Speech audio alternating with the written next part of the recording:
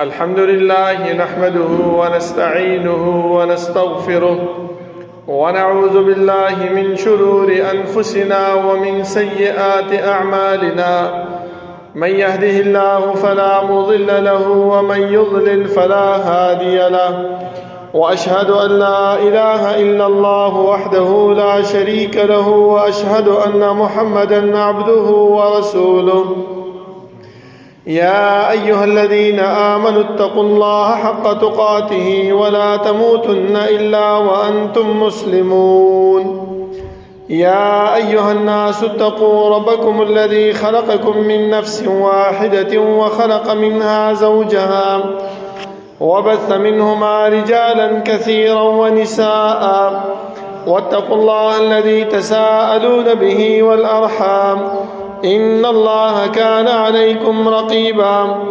يا أيها الذين آمنوا اتقوا الله وقولوا قولا سديدا يصلح لكم أعمالكم ويغفر لكم ذنوبكم، ومن يطع الله ورسوله فقد فاز فوزا عظيما. أما بعد، فإن خير الحديث كتاب الله، وخير الهدي هدي محمد صلى الله عليه وسلم، وشر الأمور محدثاتها، وكل محدثة بدعة، وكل بدعة ضلالة، وكل ضلالة في النار. بسم الله الرحمن الرحيم. قاف والقرآن المجيد. بل عجبوا أن جاءهم منذر منهم فقال الكافرون هذا شيء عجيب. أإذا متنا وكنا ترابا ذلك رجع بعيد. قد علمنا ما تنقص الأرض منهم وعندنا كتاب حفيظ. بل كذبوا بالحق لما جاءهم فهم في أمر مريج. أفلم ينظروا إلى السماء فوقهم كيف بنيناها وزيناها وما لها من فروج. والأرض مددناها وألقينا فيها رواسي وأنبتنا فيها من كل زوج بهيج، تبصرة وذكرى لكل عبد منيب. ونزلنا من السماء ماء مباركا فأنبتنا به جنات وحب الحصيد، والنخل باسقات لها طلع نضيد، رزقا للعباد، وأحيينا به بلدة ميتا كذلك الخروج. كذبت قبلهم قوم نوح وأصحاب الرس وثمود وعاد وفرعون وإخوان لوط وأصحاب الأيكة وقوم تبع كل كذب الرسل فحق وعيد. أفعينا بالخلق الأول بل هم في لبس من خلق جديد. ولقد خلقنا الإنسان ونعلم ما توسوس به نفسه ونحن أقرب إليه من حبل الوريد. إذ يتلقى المتلقيان عن اليمين وعن الشمال قعيد. ما يلفظ من قول إلا لديه رقيب عتيد. وجاءت سكرة الموت بالحق ذلك ما كنت منه تحيد. ونفخ في الصور ذلك يوم الوعيد. وجاءت كل نفس معها سائق وشهيد. لقد كنت في غفلة من هذا فكشفنا عنك غطاءك فبصرك اليوم حديد. وقال قرينه هذا ما لدي عتيد. ألقيا في جهنم كل كفار عنيد مناع للخير معتد مريب. الذي جعل مع الله إلها آخر فألقياه في العذاب الشديد. قال قرينه ربنا ما أطغيته ولكن كان في ضلال بعيد. قال لا تختصموا لدي وقد قدمت إليكم بالوعيد. ما يبدل القول لدي وما أنا بظلام للعبيد. يوم نقول لجهنم هل امتلأت وتقول هل من مزيد. وأزلفت الجنة للمتقين غير بعيد. هذا ما توعدون لكل أواب حفيظ. من خشي الرحمن بالغيب وجاء بقلب منيب. ادخلوها بسلام ذلك يوم الخلود لهم ما يشاءون فيها ولدينا مزيد وكم أهلكنا قبلهم من قرن هم أشد منهم بطشا فنقبوا في البلاد هل من محيص إن في ذلك لذكرى لمن كان له قلب أو ألقى السمع وهو شهيد ولقد خلقنا السماوات والأرض وما بينهما في 6 أيام وما مسنا من لغوب فاصبر على ما يقولون وسبح بحمد ربك قبل طلوع الشمس وقبل الغروب ومن الليل فسبحه وأدبار السجود واستمع يوم ينادي المناد من مكان قريب يوم يسمعون الصيحة بالحق ذلك يوم الخروج إنا نحن نحيي ونميت وإلينا المصير يوم تشقق الأرض عنهم سراعا ذلك حشر علينا يسير نحن أعلم بما يقولون وما أنت عليهم بجبار فذكر بالقرآن من يخاف وعيد اللهم صل على محمد وعلى آل محمد كما صليت على إبراهيم وعلى آل إبراهيم إنك حميد مجيد اللهم بارك على محمد وعلى آل محمد كما باركت على إبراهيم وعلى آل إبراهيم إنك حميد مجيد بسم الله الرحمن الرحيم من عمل صالحا من ذكر أو أنثى وهو مؤمن فلنحيينه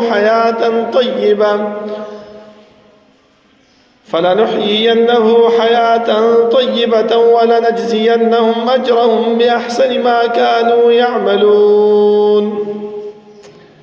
الله رب العالمين حمد وثناء او جناب محمد رسول الله صلى الله عليه وسلم باني درود وسلام نبعد زما معزز و محترم الله رب العالمین چې موږ د دنیا کې پیدا کړیو زموږ د پیدایش مقصد هغه مهمل بیکاره او عبث نو بلکې رب العالمین چې کوم مقصد د پاره موږ د دنیا ته را لګلیو دا هغه د بیانولو د پاره الله رب العالمین د آدم علیه السلام نه نیولې تر جناب محمد رسول الله صلی الله علیه وسلم پورې څومره انبیاء کرام څومره پیغمبران رسولان را لګلی دي دی ټولو د الله رب العالمین دا ډیوټي په خطر کې سره انجام کړی دا او مونږ ته را رسولې ده د دې د وجه نظم محترمو سبا چې الله رب العالمین مونږ ته پوس کوي او مونږ د خپل د جرم نه منکر کیږو د هغه د وجه نه الله رب العالمین مونږ سره کرامن کاتبین مقرر کړی دي چې انسان کم عمل کوي کم کار کوي چې سبا د هغه نه تپوس کولای شي او بیا دا د هغه نه منکر کیږي انکار کوي نو رب العالمین به د ملائکه ته وایي چې د دې انسان د عمل نامه راوړه مخې ته ورته کېده چې دې څومره عمل کړی او څومره کار کړی دی تاسو ګورئ زما محترمو نن سبا مونږ چې کم کار کوو کم عمل کوو هغه چې دی نو زمونږ په ریکارډ کې راځي زمونږ په موبایل کې راځي بیا یو څو ورځې بعد میاشت بعد کال بعد هغه مونږ ګورو هغه انسان د دنیا نه رخصت شوی وي تللی هم وي خو بیا هم د هغې هغه کار د هغې هغه منډه تړله د هغې هغه هر څه مونږ ته مخامخ راځي زما محترمو دا ولې دې د وجې نه الله رب العالمین مونږ سره به همدغه شانتې حساب و کتاب کوي دې ملایکو ته به فرمایي چې دا انسان د خپل عملونه منکر دی دا رجسټر ورته مخې ته کېده دا عمل نامه ورته مخې ته کېده نو چې کله دا موږ د کېښوستلی شي نو موږ د هر یو عمل نه به انکار نشو کولی بلکې صرف ارمان به کوو چې ما لهذا الکتاب لا یغادر صغیرة ولا کبیرة الا احصاها دې عمل نامې لره څه چل شوی دی چې زما یې نه وړه ګناه پرېښې ده او نه یې غټه بلکې ټوله یې ایساره کړې ده دې د وجې نه زما محترمو موږ ته پکار دی چې موږ نیک اعمالو ته ترجیح ورکو نیک عمل طرف ته کوشش وکړو رغبت وکړو چې یاره دا عمل خپل زندګۍ کې راولو چې سبا مانه الله رب العالمین تپوس او پوښتنه کوي چې زه د هغې عمل او د هغې خبرې صحیح جواب ورکړم اوس به زمونږ په زړونو کې دا خبره راځي چې یاره دا نیک عمل به انسان څنګه کوي څنګه به انسان ته توفیق ملاویږي چې دا نیک عمل وکړي نو الله رب العالمین د هغې دپاره یو څو اسباب ذکر کړي دي ټولو کې اول دا خبره یاد وساتئ چې الله رب العالمین مونږ ته دا وفرمایي چې من عمل صالحا فلنفسه ومن اساء فعليها. او بل ځای کې فرمایي چې من عمل صالحا من ذکر او انثى فلنحيينه حياه طيبه. څوک چې نیک عمل کوي او بد عمل کوي دا ټول د هغې دپاره دی. الله رب العالمین ته به هېڅ فایده نشته دی. که نیک عمل کې الله به نه تپوس کوي جنت ته به ځې، که بد عمل کې تپوس به نه کېږي جهنم ته به ځې. بل ځای کې الله فرمایي چې که سړی دی او که ښځه ده نیک عمل کوي نو الله رب العالمین دنیا کې هغې له څه اجر او ثواب ورکوي. فلنحيينه حیاة طیبه.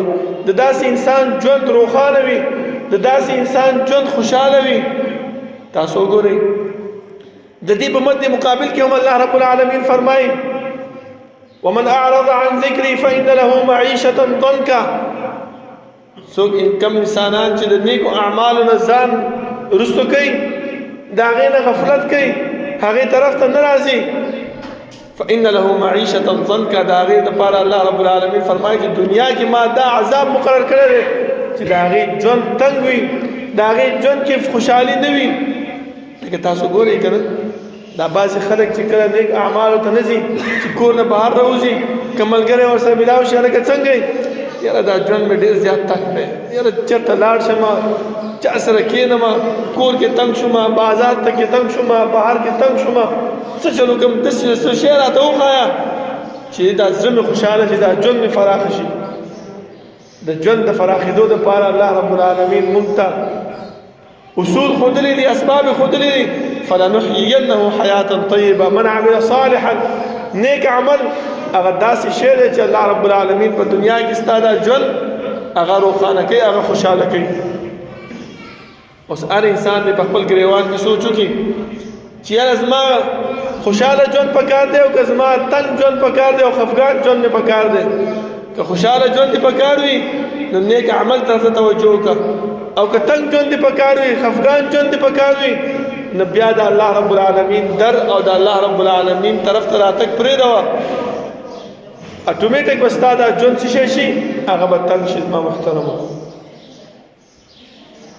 دې د وجې نه رسول الله صلی الله علیه وسلم موږ ته یو څو اسباب ښودلي دي چې په هغې اسبابو سره موږ خپل ژوند هغه خوشحالولی شو. اولنی ایمان بالله دی چې انسان په الله رب العالمین باندې ایمان راوړي نو د دې انسان الله رب العالمین ژوند هغه خوشحاله کوي، او د دې انسان نیکی طرف ته، عمل صالح طرف ته شوق اوچتېږي.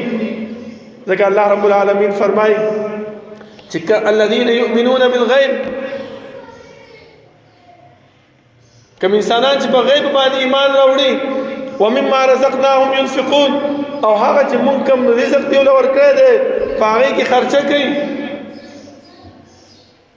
او بل الله رب العالمین فرمایي چې په دې خبرو باندې په قرآن کریم په تلاوت سره، د قرآن کریم په آیاتونو اورېدو سره د دې انسان وجدت قلوبهم، زړونه د دې چې دی نو روښانه شي. دا دغه علامات دي زما محترمو چې د دې کې تا ته پته لګي چې یاره زما زړه الله رب العالمین طرف ته راغبه دی. چې کله نیک عمل طرف ته تاسو راغواړي او تا ته وایي چې راځه جومات ته ځو، تا ته دا وایي چې راځه د قرآن کریم تلاوت کوو، تا ته دا وایي چې یاره هلته درس شروع دی هغې نه ځو، تا ته دا وایي چې یاره راځه مونځ ته ځو، او ستا زړه په هغې سره فراخېږي، نو پوه شه چې تا کې ایمان شته، تا کې د ایمان زیادت موجود دی. خو چې کله دغه خبرې په تا باندې بوج لګي، دا خبرې تا له تکلیف درکوي او ته پکې بهانې جوړوې چې یاره کپړې مې ګنده دي، او یاره کار نه رالم، او یاره دا دی او یاره هغه دی، نو پوه شه چې تا کې د ایمان هغه حلاوت او د ایمان هغه زیاتوالی په تا کې نشته دی. دا لوی عمل دی زما محترمو، دا لوی علامه ده. ځکه ایمان دا نه دی چې موږ په خوله باندې وایو چې لا اله الا الله محمد رسول الله، ټیک ده په خوله باندې وینا هم صحیح ده، ځکه د ایمان دپاره 3 مراتب دي: ایمان بالقلب، تصدیق باللسان وعمل بالجوارح. علماء فرمایي چې یو پکې ونه کړي دا الله رب العالمین ستا ایمان نه قبلوي. په خوله باندې به وینا کوي چې لا اله الا الله محمد رسول الله، اشهد ان لا اله الا الله واشهد ان محمد رسول الله، دا د خولې وینا. په زړه باندې به دا تصدیق کوي چې یاره الله رب العالمین یو دی، پیغمبر صلی الله علیه وسلم د الله پیغمبر دی او رسول دی. صرف دا تصدیق نه بلکې دا تصدیق چې ته کله وکړې نو تا دا تصدیق دې خبرې ته مجبوره کوي چې ته عمل بالجوارح شروع کړي. که چېرته ستا دا عمل بالجوارح دا تا نه مجبوره کوي په دې اعمالو باندې، نو پوه شه چې ستا دا خولې دا وینا او ستا دا زړه دا تصدیق دا هسې بېکاره ده، هسې ځان دې غولولی دی. دا 50 کاله 80 کاله چې الله کوم تعالی ژوند درکړی دی دې کې تا هسې وخت تېر کړی دی، رب العالمین د تا نه راضي نه دی. لکه وګورئ علما یو بله نقطه بیانوي دلته، دا د رمضان المبارک میاشت تېره شوه، عظمتونو برکتونو والا میاشت وه. الله رب العالمین نه اول دا دعا کو چې الله کوم اعمال چې موږ کړي دي هغه زموږ نه په خپل دربار کې قبول کړي. خو دا یاد وساتئ، دا علما دلته دا نقطه بیانوي، هر انسان دې دا سوچ وکړي چې آیا زما دا عمل د رمضان مبارک کې چې کوم ما ځان ستړی کړی دی، روژه مې نیولې ده، دا به زما قبول شوي او که نه به قبول شوي. نو څنګه به معلوموو مونږ؟ وایي هغه به داسې معلوموو چې د رمضان نه بعد چې مونږ په هغه اعمالو باندې استقامت کړی دی او که نه دی کړی. د رمضان نه بعد همغه شانتې عمل کوو او که نه کوو، که نه دا عمل مونږ صرف د رمضان لپاره تړلی دی. لکه بعضې خلک تاسو ګورئ که نه صرف د اختر والا یي، جمعې والا یي او د رمضان والا یي. چې کله د رمضان مبارک اعلان وشي چې اختر شو سبا بس د دم آمنا ورسره هر څه بند شي، نه مونځ ته راځي، نه تلاوت ته راسچي، نه چې دی نور نیک اعمال کوي. ولې رمضان ختم شو. نو علما فرمایي هر انسان دې خبرې ته سوچ وکړي، توجه دې وکړي چې یاره د ده عمل د رمضان نه وروسته څه شی دی، څنګه دی. که هغه شانتي وو نو پوه شه چې هغه عمل الله رب العالمین ستا څه کړی دی، قبول کړی دی. او که هغه شانتي نه وو نو پوه شه چې د قبولیت په طرف باندې نه دی ورغلی. لکه وګورئ اوس هم الحمدلله 10 ورځې پاتې دي، 9 ورځې د شوال 6 روژو کې رسول الله صلی الله علیه وسلم څومره رحیم و کریم دی په مؤمنانو باندې چې د دې 6 روژو لپاره دومره اجر او ثواب مقرر کړی دی چې لکه یو انسان چې دا 6 روژې د رمضان نه وروسته ونیسي داسې دی لکه ټول کال روژې چې نیولې، کانه که صیام الدهر ویلی کېږي. څنګه الله رب العالمین قرآن کې فرمایي چې من جاء بالحسنة فله 10 امثالها. څوک چې یو نیکي وکړي الله یې اجر څونه ورکوي؟ 10 چنده ورکوي. یو میاشت روژه حساب وکړئ څونه شو؟ دا په 300 باندې برابرېږي. 10 روژې په 10 کې ضرب ورکړه څو راځي؟ 300. څو پاتې شو په کال کې؟ 380 ورځې. دا د هجري میاشت هجري کال 380 ورځې. او چې بیا دا 6 روژې ورسره ونیسي 6 له په 10 کې ضرب ورکړه څو راځي؟ 80. څونه شوي؟ 380 ورځې. کال برابر شو که نه؟ ورکوټې عمل دی. مونږ عادت شوي یو په میاشت روژه باندې، که دا 6 روژې ورسره نورې ونیسو نو الله رب العالمین به دومره اجر مونږ نه راکړي لکه مونږ چې ټول کال روژې نیول. او دا ټول کال روژې نیول دا آسان کار نه دی زما محترمو، خو په دې لږ عمل سره الله رب العالمین مونږ ته د ټول کال اجر او ثواب راکړي.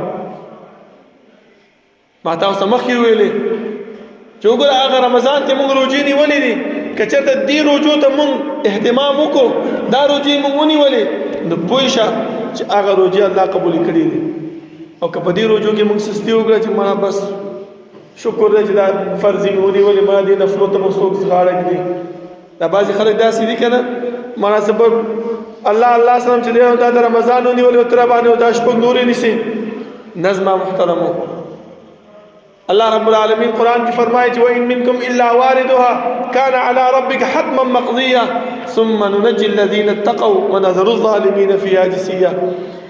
الله رب العالمین په دې جهنم باندې یو پل لګولی دی، لکه دا موږ چې پل صراط وایو. د دې صفتونه به تاسو د علماو نه اورېدلي. الله فرمایي چې وَإِن مِّنكُمْ إِلَّا وَارِدُهَا، هر یو انسان په دې باندې ځي، که هغه متقي دی که هغه غیر متقي دی، که هغه پرهیزګار دی که هغه غیر پرهیزګار دی، په دې پل باندې به ورځي، په دې جهنم باندې به ورځي. اوس چې څوک د چا عمل هغه رب العالمین قبول کړی وي هغه به صحیح وځي. ثم ننجي الذین اتقوا، متقیان خلق، نیکو اعمال والا خلق، هغه خلق چې د الله رب العالمین سره خپل روابط مضبوط کړي وي، هغه به الله فرمایي چې ننجي، موږ به هغه بچ کو. او چې چا روابط نه مضبوط کړي د الله رب العالمین خواله نه ورغلي، ونذر الظالمین فیها جثیا، او دا ظالمان به موږ په دې جهنم کې پړ مخ راوغورځو. اوس هر انسان ما تاسو مخکې ویل، هر انسان د خپل ګریوان کې سوچ وکړي چې آیا زما دا ایمان، زما دا تصدیق، زما دا عمل بالجوارح دا کم طرف ته روان دی؟ دا د الله رب العالمین طرف ته ځي او که نه ځي؟ الله رب العالمین په دې باندې رضا کېږي که نه رضا کېږي؟ د الله رب العالمین خوشنودي په دې حاصلېږي که نه حاصلېږي؟ بل په دنیا کې لوی علامت تاسو ته زه وښیم زما محترمو، چې په دې آیات کې الله ذکر کړی ده چې من عمل صالحا، چا چې نیک عمل وکړو، بس هر انسان دې دا سوچ وکړي چې فلنحيينه حیاتا طیبه، د داسې انسان زه ژوند خوشحاله کړم. اوس هر انسان دې دا سوچ وکړي چې د هغه ژوند څنګه تېرېږي، د خوشحالۍ ژوند تېرېږي او د خفګان ژوند تېرېږي، د خوشحالۍ ژوند تېرېږي او که نه د تنگ ژوند تېرېږي. که خوشحالۍ ژوند دی نو په هغې باندې مضبوط او ثابت قدم وساتئ چې الله رب العالمین زموږ نه رضا دی، ځکه زما ژوند خوشحاله او په اسانتیا سره تېری، زه د هغې عبادت کوم، د هغې بندګي کوم. تاسو وګورئ د دنیا دا ماحول هم داسې دی چې یو انسان تا سره ښېګړه وکړي، نیکي وکړي، او د هغې ښېګړې او د هغې نیکي جواب ته په هغې نه په ښه طریقې سره ورکړي، د هغې عزت وکړي، د هغې احترام وکړي، د هغې نه روټۍ وکړي، هغه چې کوم ځای کې روان وي د هغې سره ښه په طریقې سره ملاویږي، هغه وایي چې ګوره دا دومره ښه سړی دی، داسې داسې کار مې کړی، دا وګوره د هغه کار څومره بدله ماله راکوي. او که نه یو سړی تا سره نیکي وکړي او ته هغه پسې بد رد وې، هغه چې ستا د مخې نه راځي ته ترې مخ ګرځې، هغه چې تا نه راځي ته پرې کاڼه باندې ولي، نو ستاسو څه خیال دی؟ هغه انسان بیا تاسو سره نیکي وکړي، تاسو سره بیا ښېګړه وکړي؟ هېڅکله نه کوي زما محترمو. ولې؟ دا خو د دنیا ماحول هم دی. او رب العالمین چې په ما باندې دومره احسانونه کړي دي، په ما باندې دومره ښېګړې په ما باندې کړي دي، زما د جهنم نه د اور نه د بچ کېدو دپاره وخت په وخت باندې ما ته لارې اسانۍ چې انسانه دا لار اختیار کا، دا لار اختیار کا، ته به کامیاب شي، ستا ژوند به روښانه شي، ستا به د نیکو اعمالو طرف ته به رغبت پیدا شي. نو چې زه سستی کوم، دا سستی زما محترمو دا زما پورې تعلق ساتي، دا د الله رب العالمین د طرف نه په دې کې هېڅ دغه نشته دی. دویم زما محترمو چې کله مونږ ایمان سره سره د خلکو ښېګړې طرف ته توجه وکړله چې زه دې سړي ته ښېګړه ورسوم، د دې ښېګړې زما محترمو ډېر اجر او ثواب دی. امام ابن قیم رحمه الله فرمایي ان فی حوائج الناس لذة، د خلکو سره نیکی کولو باندې، د خلکو دا کارونو کولو باندې، د خلکو سره ښېګړه او د خلکو مدد کولو باندې لذة، یو خوند دی. وایي الا من جربها، دا خوند هغه چاته ملاویږي چې چا د هغې تجربه کړې وي. تاسو وګورئ چا سره لږه ښېګړه وکړه، چا لږې پیسې ورکړه، هغه څومره خوشحالېږي، هغه خوشحال د هغه خوشحالي ستا زړه ته راحت ورکوي. ته د چا سره لږه نیکي وکړه، یا تا چاله قرض ورکړی دی او هغه تا ته وایي چې وروره اوس را سره نشته دی، یو میاشت یو کال صبر راته وکړه، او ته چې صبر ورته وکړي، الله هم فرمایي چې وإن کان ذو عسرة فنظرة إلى ميسرة، څوک چې تنګ دسته دی هغې ته د هغې د نرموالي په وجه باندې لږ صبر ورته وکړه، ته دا کار خو لږ وکړه. امام ابن قیم رحمه الله فرمایي چې لذة، په دې کې دومره خوشحالي ده، دومره مزه ده، خو دا چا ته ملاویږي؟ الا من جربها، چا چې دا په تجربه کې راوستي.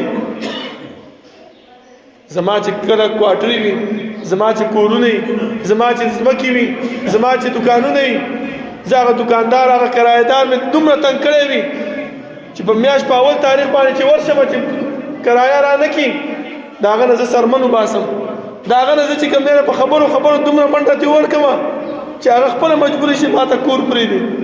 ولې دا د الله رب العالمین حکم به چېرته ځي؟ سبا چې ما نه الله تپوس وکړي چې انسانه تا له ما دومره طاقت درکړی و، تا له ما دومره مال او دولت درکړی و، تا زما دې مسلمان ورور سره دا کار کړی و، تا زما دا مسلمان ورور دومره په عذاب کړی و. هغه زما د پیغمبر د راتګ او د هغې هغه دین د هغې هغه شریعت چې تا ته بیان شوی من عمل صالحا فلنفسه هغه چېرته لاړو؟ الا من جربها چېرته لاړو؟ هغه لذتون چېرته لاړو؟ بیا به موږ الله له څه جواب ورکوو؟ زما محترمو پکار دا دی چې نیکو اعمالو ته توجه وکړو. دا یو قسم د نیک عمل دی.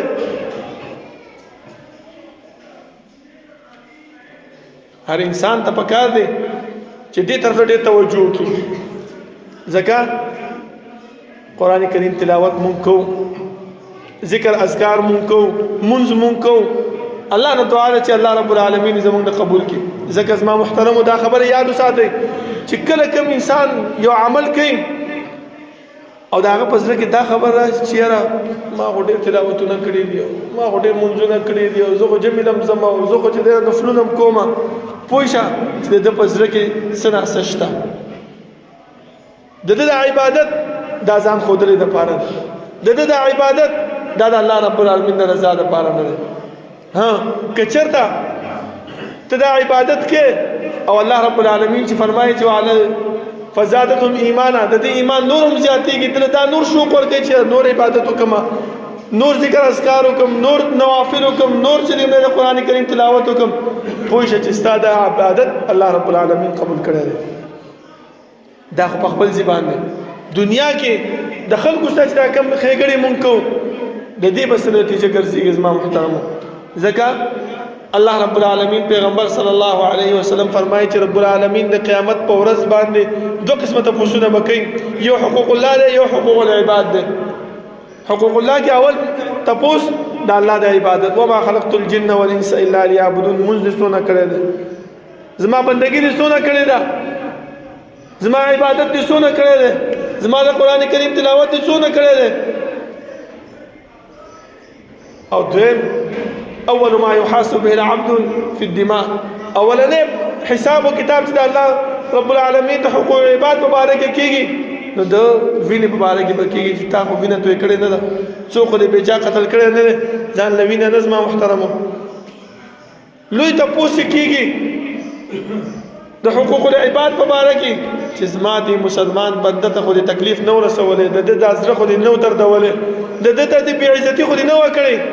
ځان له بېعزتي دا نه چې ته لاړ شې او خبرې وکړي. تاسو ما مخکې ویلې چې امام ابن قیم رحمه الله فرمایي د حوایج الناس کې ډېر لوی لذت پروت دی. ستا د ماتحت چې کوم کسان دي هغو سره ته نیکي وکړه، لکه دا غلامان وکړه د رسول الله صلی الله علیه وسلم په زمانه کې. رسول الله صلی الله علیه وسلم به امر ډېر دا کو چې خلکو ما ملکت ایمانکم سره ښېګړه وکړئ، او دویم ښېګړه د خپلو ښځو سره وکړئ، د خپلو بیبیانو سره وکړئ. مونږ پښتنو کې خو لوی مصیبت دا دی چې زمونږ د نن سبا خو غلامان نشته دی، خو دا چې کوم زمونږ انډر لاندې دي بیبیانې دي او یا لوی انډر لاندې زمونږ څوک دي زما محترمو، دا مونږ چې چا له دکان په کرایه کې ورکړی، دا مونږ چې چا له کوارټر په کرایه باندې ورکړی دی، دا زمونږ د ماتحت دی. دا غریب کمزوری دی ځکه زما کوارټر ته زما دغه ته راغلی دی چې زه دې سره زیاتی کوم. خیر دی که چېرته په اول تاریخ تاله ته کرایه در نه کړله، یو 5 ورځې صبر وکړه. 5 ورځې صبر نه، بله میاشت کې دې وغواړه، که بله میاشت کې دې بله میاشت کې دې نه وغواړه، خو چې ته پوهېږي چې دا کمزوری دی. یو سړی داسې وي چې ښه وسې کېږي خو هسې ټال مټول کوي، لکه د مالدار سړي یو شی نه ورکول، هغه شی ټال مټول کوي، یا سبا به درکړم، یاره بله ورځ به درکړم، یاره دا مسله ده، یاره هغه مسله ده، ځکه دلته ولګېدې هلته ولګېدې، دې ته ویله کېږي ټال مټول وي، سړی وروسته کول. او چې کوم غریب یې هغه انسان ته پته لګي چې دا مجبوره دی، دا غریب دی. نو پکار دا دی زما محترمو چې موږ دې خبرو ته توجه وکړو، نو هله به زمونږ د نیکو اعمالو طرف ته به الله رب العالمین شوق او خیال به مو راګرځوي ورته. او که چېرته موږ دې عملو طرف ته توجه زمونږ نه او بس دا وایو چې یاره زه مسلمان یم کلمه مې ویلې ده او د دې بل سړي به زه سرمن وباسم دا به وکم هغه به وکم. نو زما محترمو دنیا کې خو به وخت تېر کړي خو چې کله قبر ته لاړ شي او رب العالمین خواله لاړ شي هلته بیا ګورې خلاصې نشته. هغه ځای ډېر سخت دی زما محترمو او نن سبا دا مرګونه داسې دي چې هېڅ پته نه لګي د دې جومات نه پته نه لګي څوک صحیح وتی شي که نه شي وتی. الله رب العالمین دعا ده چې الله رب العالمین د عمل کولو توفیق راکړي او الله رب العالمین زموږ نیکو اعمالو طرف ته توجه پیدا کړي او زموږ ماتحت چې هر څوک دي چې هغه کرایه‌دار دي او که هغه زموږ کوروالا دي بیبیان دي د دې ټولو باندې موږ خیال وساتو چې الله رب العالمین موږ د عذاب قبر او د عذاب د جهنم نه بچو ساتي. اقول قولي هذا واستغفر الله لي ولكم ولسائر المسلمين.